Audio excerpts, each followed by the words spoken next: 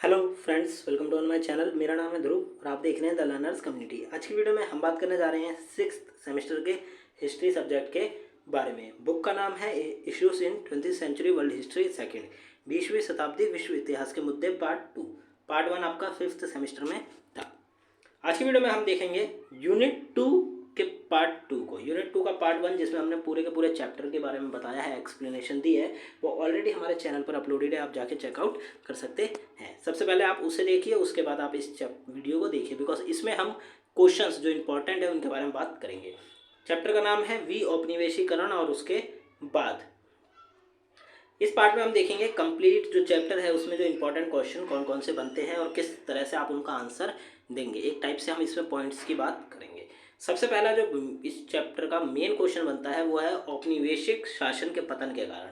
मतलब वी औपनिवेशीकरण कहें या फिर औपनिवेशिक शासन के पतन के कारण कहें, ठीक है, एक ही बात है। साम्राज्यवाद का कमजोर होना। औपनिवेशिक शासन के बारे में बात करें तो औपनिवेशिक शासन कौन सा होता है? जब कोई शक्तिशाली देश किसी कमजोर देश पर आकर अपना शासन चलाने लगता है, कब्जा करके शासन चलाने लगता है। उदाहरण के लिए जब ब्रिटिशर्स भारत पे आके उन्होंने शासन किया तो वो क्या था? औपनिवेशिक था। उसके बाद वी औपनिवेशीकरण क्या होता है? जब कमजोर देश अपनी स्वतंत्रता के लिए मांगे करने लगे, अपनी स्वतंत्रता हासिल करने के लिए काम करने लगे, वह वी औपनिवेशीकरण कहलाता है। तो सबसे पहले आता है साम्राज्यवाद का कमजोर होना। पहला कारण क्या है वी औपनिवेशीकरण का या फिर औपनिवेशिक शासन के पतन का? कि साम्राज्यवाद का कमजोर होना। द्वितीय विश्व युद्ध ने फांसीवाद का उन्मूलन करने के साथ साथ यूरोप में साम्राज्यवादी देशों को भी कमजोर कर दिया था। तो यूरोप में, पूरे के पूरे यूरोप में जो भी देश साम्राज्यवाद को बढ़ावा देते थे या साम्राज्यवादी देश थे वो कमज़ोर हो गए थे, क्योंकि सेकेंड वर्ल्ड वॉर में काफ़ी ज़्यादा आप कह सकते हैं हानि हुई थी यूरोप को। वहाँ की अर्थव्यवस्था, वहाँ की शासन व्यवस्था सब कुछ समाप्त हो चुकी थी। इनमें से कई देश स्वयं ही फांसीवादी अतिक्रमण के शिकार हो गए थे, ठीक है। फांसीवादी जो विचारधारा थी उसके अतिक्रमण के शिकार हो गए थे। उदाहरण के लिए यूरोप के 3 साम्राज्यवादी देश फ्रांस, बेल्जियम, हॉलैंड स्वयं ही जर्मनी के कब्जे में चले गए थे, ठीक है। तो जर्मनी के कब्जे में कौन कौन से देश चले गए थे सेकेंड वर्ल्ड वॉर में? फ्रांस, बेल्जियम और हॉलैंड। युद्ध के दौरान उनकी सैनिक शक्ति और अर्थव्यवस्था छिन्न भिन्न हो गई थी। तो युद्ध के दौरान जो फ्रांस के साम्राज्यवादी देश थे, ठीक है, उनकी जितनी भी सेना शक्ति थी, ठीक है, उनकी सेना शक्ति हो गई या उनकी अर्थव्यवस्था हो गई, उनका बहुत सारा पैसा हो गया, सब कुछ छिन्न भिन्न हो गया। तो उनकी अर्थव्यवस्था पूरी तरह से खत्म हो चुकी थी। सबसे बड़े साम्राज्य के स्वामी ब्रिटेन की अर्थव्यवस्था भी युद्ध के कारण जर्जरा चुकी थी, ठीक है। तो सबसे बड़ा जो साम्राज्य आप कह सकते हैं ब्रिटेन, उसकी भी जो आपके अर्थव्यवस्था थी वो पूरी तरह से छिन्न भिन्न हो चुकी थी। मतलब इतना ज़्यादा पैसा खर्च कर दिया था इन लोगों ने युद्ध में कि इनके पास अब अपने देश को ही चलाने के लिए पैसा नहीं था। इनमें से कोई भी देश अब बड़ी शक्ति नहीं रह गया था। उनके स्थान पर अब संयुक्त राज्य अमेरिका और सोवियत संघ बड़ी शक्ति बन गए थे, ठीक है। तो सेकेंड वर्ल्ड वॉर के बाद अंतर्राष्ट्रीय स्तर पर 2 महाशक्तियां उभर के सामने आई, जो कि सेना के क्षेत्र में साथ के साथ अर्थव्यवस्था के क्षेत्र में बड़ी थी, ठीक है, सोवियत संघ और संयुक्त राज्य अमेरिका। 1945 के बाद विश्व में आत्मनिर्णय, राष्ट्रीय संप्रभुता और समानता तथा राष्ट्रों के बीच सहयोग जैसे विचारों का बोलबाला कायम हुआ। तो 1945 मतलब सेकेंड वर्ल्ड वॉर के बाद क्या हुआ? अंतर्राष्ट्रीय स्तर पर जो भी देश थे जो कमजोर या फिर शक्तिशाली, इन सब के बीच में आत्मनिर्णय, राष्ट्रीय संप्रभुता और समानता और राष्ट्रों के बीच सहयोग, मतलब जो भी देश हैं वो एक दूसरे का सहयोग करेंगे, इस प्रकार की जो विचारधारा है उसका बोलबाला हुआ। यहाँ तक स्वयं साम्राज्यवादी देश में भी औपनिवेशिक शासन कायम रखने के प्रयत्न लोकप्रिय नहीं रहे। मतलब कि शुरुआत में जो देश चाहते थे कि वो किसी और पे कब्जा करे और वहाँ के जो जनता थी उसको इस बात से फ़र्क नहीं पड़ता था, ठीक है। सेकेंड वर्ल्ड वॉर के बाद वहाँ की जनता को भी इस बात से फ़र्क पड़ने लगा कि हमारा देश किसी और देश पे जाके कब्जा ना करे। अधिकांश फ्रांसीसी जनता ने फ्रांस द्वारा लड़ी गई औपनिवेशिक लड़ाइयों का विरोध किया, ठीक है। तो जो फ्रांस की जनता थी ना, उसने फ्रांस के द्वारा औपनिवेशिक शासन के लिए जो युद्ध करे गए उसके खिलाफ विरोध किया। जैसे कि उदाहरण के लिए आप समझिए कि फ्रांस ने अगर किसी कमज़ोर देश पे जाके युद्ध करा और उसको अपने अंदर कब्जा करने की कोशिश करी, तो जो फ्रांस है की जनता है उसने इसका पूरी तरह विरोध किया। 1956 में ब्रिटेन में फ्रांस और इजराइल के साथ मिलकर मिस्र पर आक्रमण किया था, ठीक है। तो 1956 में क्या हुआ था? ब्रिटेन ने फ्रांस और इजराइल के साथ मिलकर किस पर, मिस्र पर आक्रमण किया, तो ब्रिटेन में व्यापक स्तर पर सरकारी विरोध प्रदर्शन हुआ था। बहुत से तो क्या हुआ, अंतर्राष्ट्रीय स्तर पर, मतलब जब ब्रिटेन ने किस पर, मिस्र पर आक्रमण किया, तो ब्रिटेन में जो लोग हैं उन लोगों ने सरकार का पूरी तरह से विरोध किया। बहुत से विद्वानों का मत है कि उपनिवेश पर कब्जा बनाए रखने की लागत पर का भार उठाना उपनिवेशवादी देशों के लिए कठिन होता जा रहा था। तो कई लोग ये भी कहते हैं कि जो कमज़ोर देशों पर शासन चलाने के लिए जो साम्राज्यवादी देश है उनके पास इतना धन नहीं था, ठीक है, वो कमज़ोर देशों पे शासन और अच्छे से चला सके। ठीक है, इसीलिए वो क्या हुआ, जो औपनिवेशिक शासन है उसका पतन होने लगा। सेकंड पॉइंट आता है संयुक्त राष्ट्र संघ की भूमिका। मेनली साम्राज्यवाद या फिर औपनिवेशिकरण की जो शक्तियां हैं उनको समाप्त करने में एक प्रकार से संयुक्त राष्ट्र संघ ने अंतर्राष्ट्रीय स्तर पर काफ़ी बड़े स्तर पर काम किया है। ठीक है, मतलब इंटरनेशनल लेवल पर आप कह सकते हैं कि बहुत सारा जो काम किया गया है वो संयुक्त राष्ट्र संघ द्वारा भी किया गया है। अब देखें किस प्रकार संयुक्त राष्ट्र संघ साम्राज्यवाद को समाप्त करने में एक महत्वपूर्ण शक्ति के रूप में सामने आया। जब संयुक्त राष्ट्र संघ का निर्माण हुआ सेकेंड वर्ल्ड वॉर के बाद, तो उस समय विश्व में आप कह सकते हैं कि कई देशों पर औपनिवेशिक शासन कायम था। तो उस चीज़ को देखते हुए संयुक्त राष्ट्र संघ ने अंतर्राष्ट्रीय स्तर पर क्या करा, काम किया, ताकि वह देश जो कमज़ोर है वह स्वतंत्र रूप से अंतर्राष्ट्रीय स्तर पर काम कर सके। संयुक्त राष्ट्र घोषणा पत्र और मांग अधिकारों की विश्वजनित घोषणा अंतर्राष्ट्रीय समुदाय की विश्वव्यापी आकांक्षाओं का प्रतीक है। ठीक है, तो संयुक्त राष्ट्र संघ के द्वारा जब उसका निर्माण किया गया था तो कुछ घोषणाएं की गई थी, कुछ मांगे की गई थी। ठीक है, तो अंतर्राष्ट्रीय स्तर पर जो बाकी सारे देश हैं या फिर आप कह सकते हैं लोग हैं, संयुक्त राष्ट्र संघ उनकी महत्वाकांक्षाओं, ठीक है, आकांक्षाओं का एक प्रतीक है। उनको लगता है कि संयुक्त राष्ट्र संघ उनकी स्वतंत्रता के लिए अंतर्राष्ट्रीय स्तर पर काम करेगा। अपनी स्थापना के समय से ही संयुक्त राष्ट्र ने औपनिवेशिक के मामलों पर गंभीर ध्यान दिया। तो जब से संयुक्त राष्ट्र संघ का निर्माण हुआ तभी से ही संयुक्त राष्ट्र संघ ने औपनिवेशिक जो शक्तियां हैं उनके मामलों पर गंभीर रूप से ध्यान दिया। जैसे जैसे संयुक्त राष्ट्र संघ में शामिल होने वाले पूर्व औपनिवेशी राष्ट्रों की संख्या बढ़ी, वैसे ही उपनिवेशवाद भी समाप्त करने के प्रश्न पर अधिक ध्यान दिया जाने लगा और स्वतंत्रता प्राप्त करने में उपनिवेशों का मार्ग प्रशस्त करने में उत्तरोत्तर अत्यधिक सक्रिय भूमिका निभाई। अब इतने बड़े पॉइंट का क्या मतलब है कि जिस प्रकार संयुक्त राष्ट्र संघ में समय के साथ साथ नए नए सदस्य ऐड हो रहे थे, जुड़ रहे थे, तो जैसे जैसे संयुक्त राष्ट्र संघ में शामिल होने वाले पूर्व औपनिवेशिक राष्ट्र, ऐसे देश जो कि पहले औपनिवेशिक शासन कायम कर रखा था उन्होंने, परंतु उनका औपनिवेशिक शासन छूट गया और उन्होंने संयुक्त राष्ट्र संघ में ज्वाइन किया। तो जिस प्रकार औपनिवेशिक देश संयुक्त राष्ट्र संघ में जुड़ रहे थे, उसी प्रकार जो औपनिवेशिक शक्तियां हैं वो कमजोर होती चली गई।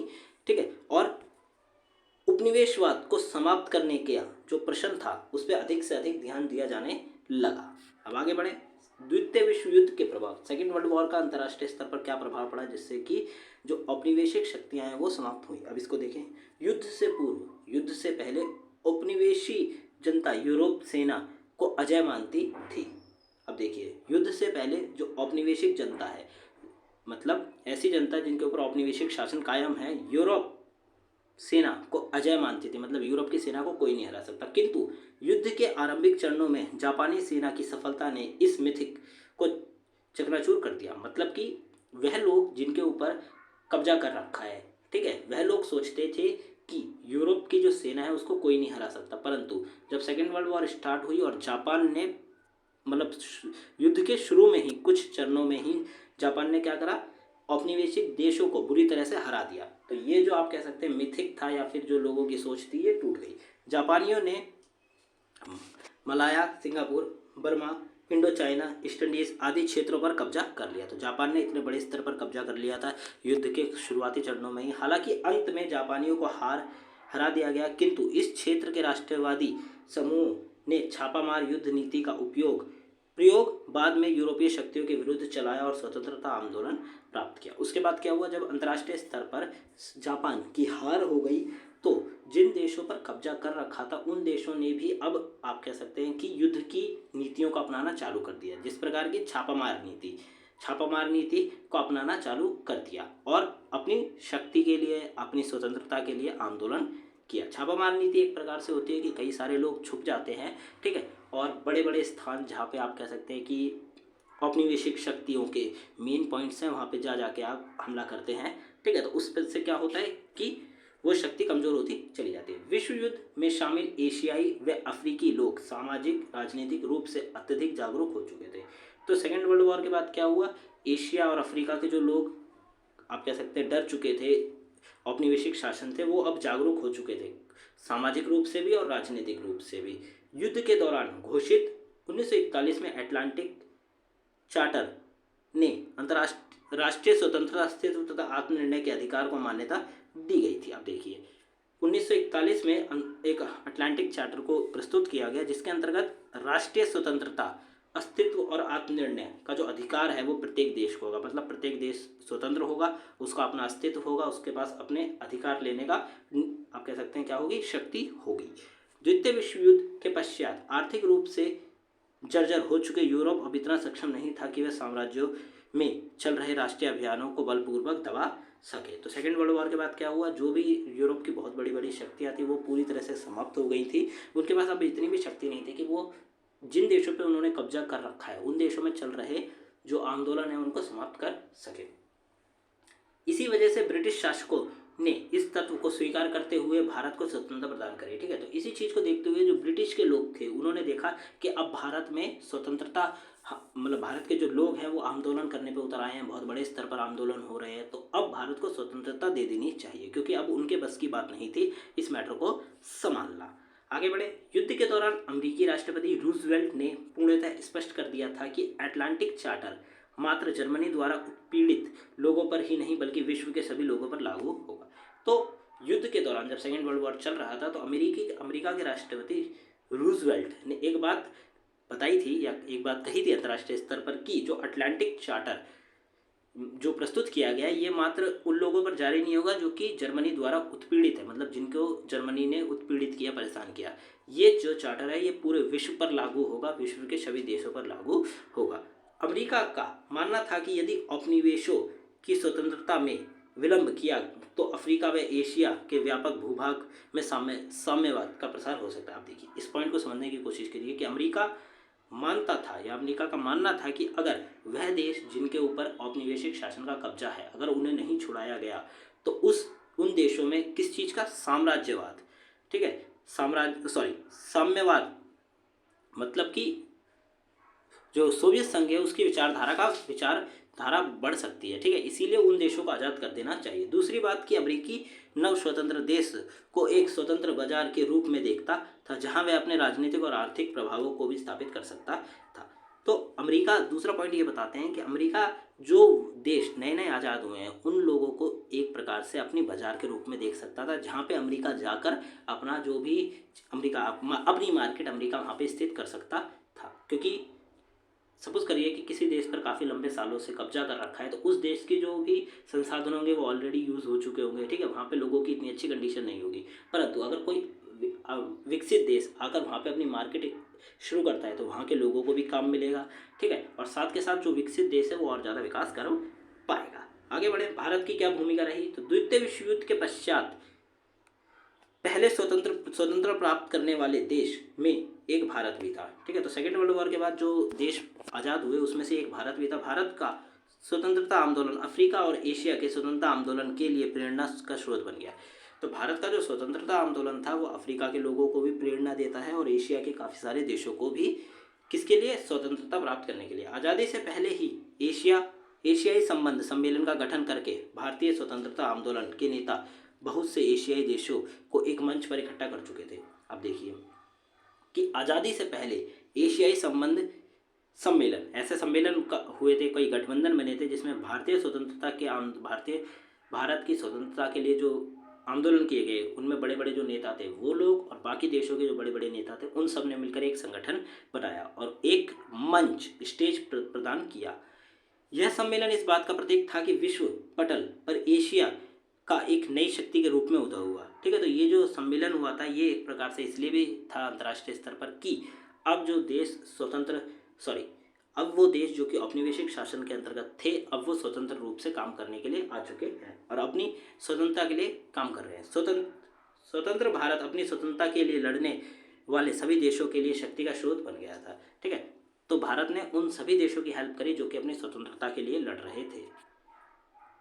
साम्राज्यवाद विरोधी आंदोलन की एकजुटता। अब इसको इस प्रकार से समझ सकते हैं कि साम्राज्यवाद के विरोध में देश में ऐसा नहीं है कि केवल एक ही जगह आंदोलन चल रहा हो या फिर कोई एक ही बड़ा आंदोलन चल रहा हो, नहीं, बहुत सारे आंदोलन चल रहे थे जगह जगहों पर। तो इन सभी आंदोलन को एक साथ इकट्ठा करा गया। ठीक है, और आंदोलन की एकजुटता हुई, जिससे कि आंदोलनकारियों की संख्या में वृद्धि हुई और जो औपनिवेशिक शासन है वो डर गया। ठीक है, आगे बढ़े, आप पढ़ सकते हैं। ये सारे नोट्स आपको हमारी वेबसाइट पे भी मिल जाएंगे। बेसिकली हम इनको यहाँ पे बस आपको पॉइंट्स एक्सप्लेन कर रहे हैं। आगे बढ़े, सेकंड क्वेश्चन आता है मोस्ट इंपॉर्टेंट, जो कि है विऔपनिवेशीकरण की अवधारणा को समझाइए। मतलब विऔपनिवेशीकरण जिसके बारे में अभी हम बात कर रहे थे वो अवधारणा किस प्रकार की है। तो इसको देखिए, विऔपनिवेशीकरण एक प्रक्रिया है जिसके द्वारा पूर्व में दूसरे द्वारा नियंत्रित राष्ट्रीय राजनीतिक रूप से स्वतंत्र होते हैं। ठीक है, तो विऔपनिवेशीकरण मतलब डीकोलोनाइजेशन एक प्रक्रिया है जिसके द्वारा दूसरे देशों द्वारा नियंत्रित राष्ट्र, मतलब जिसके द्वारा कमजोर देशों पर जो शक्तिशाली देश है वो राज करते हैं, उस राज्य से अपने आप को छुटकारा प्राप्त करना, वो भी राजनीतिक रूप से। 1945 और 1960 के बीच के समय सीमा में कई देशों ने अपनी स्वतंत्रता प्राप्त करी। 1947 में ग्रेट ब्रिटेन ने स्वतंत्रता प्राप्त करने वाले प्रारंभिक देश पाकिस्तान और भारत थे। ठीक है, तो 1947 में ग्रेट ब्रिटेन से अगर किन्हीं देशों ने स्वतंत्रता प्राप्त करी तो वो भारत और पाकिस्तान थे। विऔपनिवेशीकरण के कई रूप हो सकते हैं, जैसे कि किसी अन्य राज्य के साथ स्वतंत्रता की प्राप्ति या मुक्त संघ का दर्जा बनाना। तो विऔपनिवेशीकरण क्या है, डीकोलोनाइजेशन के आप कह सकते हैं कि कई और भी रूप हो सकते हैं, जैसे कि किसी अन्य राज्य के साथ स्वतंत्रता की प्राप्ति करना, मतलब किसी और देश के साथ मिलकर स्वतंत्रता के लिए काम करना और दोनों को साथ में स्वतंत्रता प्राप्त करना। शांतिपूर्ण वार्ताओं, आक्रामक विद्रोह और हिंसक विरोधों के माध्यम से उपनिवेशवाद समाप्त हुआ। कई तरीके अपनाए गए जिससे कि उपनिवेशवाद समाप्त हो सके, जैसे कि शांतिपूर्ण वार्ताएं, मीटिंग हुई थी जो कि चुपचाप भी हुई। आक्रामक विद्रोह आप कह सकते हैं एक्शंस लिए गए जिसमें आप कह सकते हैं विद्रोह हुआ बड़े स्तर पर, हिंसा हुई। इन सब के माध्यम से औपनिवेशिक शासन समाप्त हुआ। भले ही आज 100 से अधिक स्वतंत्र राज्य हैं, लेकिन यह माना जाता है कि राज्य अभी भी नव उपनिवेशवाद के कारण अपनी पूर्व औपनिवेशिक शासकों पर निर्भर हैं। ठीक है, तो ऐसा तो है कि वर्तमान में 100 से ज़्यादा जो देश हैं वो फ्री हैं, परंतु वो कहीं ना कहीं किसी और देश पर क्या है, निर्भर जरूर है। नेक्स्ट आता है औपनिवेशीकरण क्या है। औपनिवेशीकरण, अभी तक हम विऔपनिवेशीकरण की बात कर रहे थे, अब औपनिवेशीकरण की बात, सॉरी यहाँ पे भी विऔपनिवेशीकरण ही आएगा। औपनिवेशीकरण एक ऐतिहासिक अभिव्यक्ति है जो तब होती है जब कोई राष्ट्र विदेशी शासन से स्वतंत्रता चाहता है। ठीक है, तो विऔपनिवेशीकरण कब होता है, जब कोई देश किसी और देश से अपनी स्वतंत्रता चाहता है। अर्थात यह एक ऐसा आंदोलन है जो तब उत्पन्न हो सकता है जब राष्ट्र के लोग स्वतंत्रता प्राप्त करते हैं और स्वतंत्र संघ का कानून के माध्यम से एक दूसरे में राज्य में विलय हो जाते हैं। ठीक है, तो ये कब होता है, ये एक ऐसा आंदोलन है, ये तब होता है जब कोई देश अपनी स्वतंत्रता के लिए लड़ रहा हो। ठीक है, और स्वतंत्र संघ के कानून के माध्यम से दूसरे राज्यों में भी विलय हो जाते हैं। मतलब अपनी स्वतंत्रता प्राप्त करने के बाद शायद वो किसी और देश के साथ मिल जाएं या फिर कोई और देश उनके साथ मिल जाए।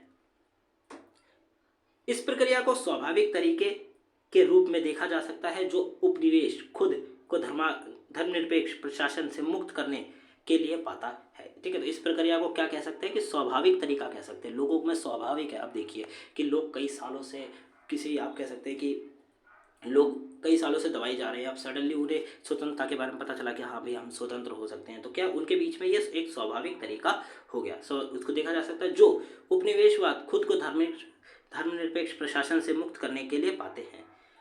इसे आमतौर पर प्राकृतिक तरीका कहा जाता है क्योंकि आमतौर पर एक क्रांति और नागरिक भागीदारी की आवश्यकता होती है। इसको प्राकृतिक तरीका भी कहते हैं क्योंकि विऔपनिवेशीकरण करने के लिए नागरिकों की और क्रांति दोनों की आवश्यकता होती है। लोगों की इच्छा ही स्वतंत्र इच्छा को प्राप्त करने के लिए प्रेरणा देती है। ठीक है, तो लोगों की जो इच्छाएं होती हैं वही उन्हें स्वतंत्रता प्राप्त करने के लिए क्या करती हैं, प्रोत्साहित करती है। क्योंकि लोगों की, आप सपोज करिए कि वह लोग जो कि औपनिवेशिक कारण के अंदर दबे हुए थे, अब उन लोगों की कई सारी इच्छा होंगी कि वो कहीं जा सके, अपने हिसाब से चीज़ें कर सके। ठीक है, तो ये जो इनकी इच्छाएं हैं, यही इच्छाएं उन्हें स्वतंत्रता प्राप्त करने के लिए क्या करती हैं, बढ़ाती हैं। इस अर्थ में वी औपनिवेशवाद को औपनिवेशवाद विरोधी दर्शन के रूप में निर्दिष्ट किया गया है। मतलब वी औपनिवेशीकरण जो है वो औपनिवेशीकरण का विरोधी है, जो राष्ट्रीय उन्नति और विकास से प्रेरित अपने स्वयं के मूल्य और संस्कृति की प्रगति की मांग कर रहे हैं। ऐसे देश जो कि अपना विकास करना चाहते हैं, अपनी उन्नति करना चाहते हैं, ठीक है, अपनी संस्कृति की प्रगति करना चाहते हैं, वह लोग इस चीज़ की मांग कर रहे हैं कि हमें स्वतंत्रता दी जाए। वी औपनिवेशीकरण निम्नलिखित सिद्धांतों को अपनाता है। वी औपनिवेशीकरण के कुछ सिद्धांत हैं वो देखें। यह शांतिपूर्ण और स्वतंत्र नीति है। उदारवादी दलों का समर्थन है। किसी ऐसे राष्ट्र से संबंधित ना हो जिसमें किसी विदेशी राष्ट्र का प्रत्यक्ष प्रभाव हो। तो शांतिपूर्ण ढंग से और शांतिपूर्ण और स्वतंत्र नीति है। उदारवादी दलों का समर्थन है, मतलब इस आंदोलन को करते समय आपको उदारवादी दलों का समर्थन लेना ही होगा। और साथ के साथ अगर आप आज़ादी के लिए काम कर रहे हैं तो आपको किसी भी ऐसे संगठन में शामिल नहीं होना जिसमें किसी अन्य देश का प्रत्यक्ष रूप से क्या हो, प्रभाव हो।